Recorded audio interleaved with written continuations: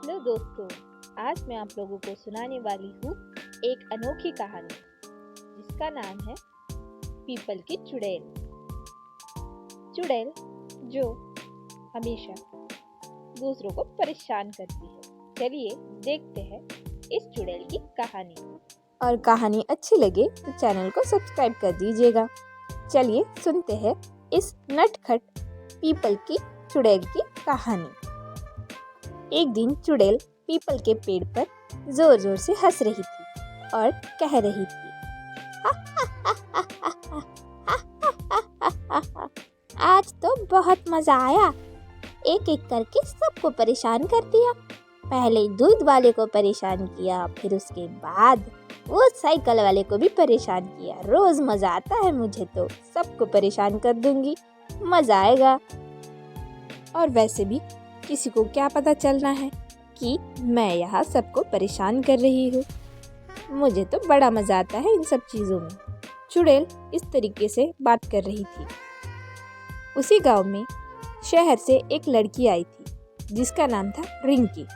एक दिन रिंकी ने गांव में एक बूढ़ी दादी से सुना कि यहाँ पर एक बहुत ही खतरनाक चुड़ैल रहती है। दादी ने कहा, देखो बिटिया, जहाँ जाना है वहाँ चली जाना, लेकिन उस पीपल के पेड़ के पास मत जाना।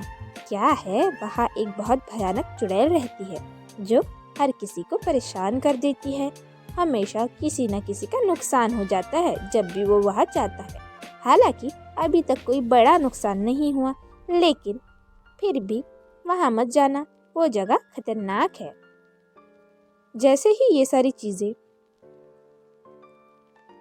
रिंकी ने सारी बातें सुनी और बड़बड़ाते हुए वहाँ से चली गई। पता नहीं गांव के लोग ये सब कैसे मान लेते हैं। चुड़ैल एंड ऑल दैट अजीब है। और अपने दोस्त के साथ शेयर किया कि देखो यार, यहाँ के गांव के लोग सब लोग कहते हैं कि यहाँ कोई चुड़ैल है, चुड़ैल है। अजीब है ना, मतलब हम लोग शहर से आए हैं और गांव में इस तरीके की बातें चलती है। शहरों में पता नहीं लोग ऐसी चीज़ों को क्या समझेंगे। हे अजीब है, मतलब चुड़ैल जैसी चीज़ों पे भी यकीन किया जाता है। हद है, मैं तो नहीं करती यकीन। गांव के लोगों को कोई तो गलतफहमी है और मैं इसे पता लगा कर रहूंगी। रिंकी के दोस्त ने कहा, हाँ मुझे भी यही लगता है, मतलब चुड़ैल जैसा कुछ नहीं होता, ये सब झूठ है। बस ये दोनों ऐसी बात कर रही थी और चुड़ैल का विषय जारी था कि आखिर ये चुड़ैल सच में है भी या नहीं। गांव वालों की परेशानियों को देखते हुए रिंकू ने सोचा कि अब वो इस चुड़ैल का पता लगा कर रहेगी। रिंकू ने कहा, मैं इस चुड़ैल का पता लगा कर रहूंगी। आखिर ये चुड़ैल ऐसे कैसे लोगों को परेशान कर रही है और ये सच में चुड़ैल है भी या नहीं। हाँ, पता तो लगाना पड़ेगा, बड़ा मजा आएगा। और बस उसे मौका मिल गया। एक दिन टिंकू रिंकी के साथ बात कर रहा था और कह रहा था, तुम्हें पता है वो जो पीपल की चुड़ैल है ना, वो मैं ही हूँ। मैं सबको बड़ा मज़ा चखाता हूँ, मुझे बड़ा मज़ा आता है ऐसी शैतानी करने में। और वैसे भी लोग हमें हमेशा डांट देते हैं, लेकिन अब चुड़ैल के डर की वजह से किसी को कुछ पता ही नहीं। बस टिंकू ऐसे पिंकू को सब बता रहा था। पिंकी भी सारी चीज़ें सुन रही थी और सोच रही थी कितना बेवकूफ़ है ये, अगर कभी पकड़ा गया तो कितनी डांट पड़ेगी।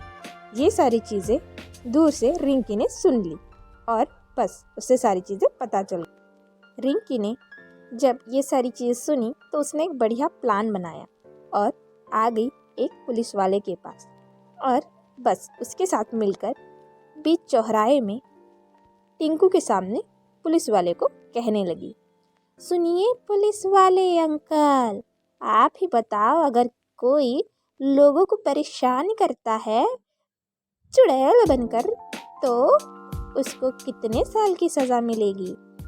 10-20 साल की तो मिल ही जाएगी सज़ा, और जेल में तो रोज चक्की भी पीसनी पड़ती है।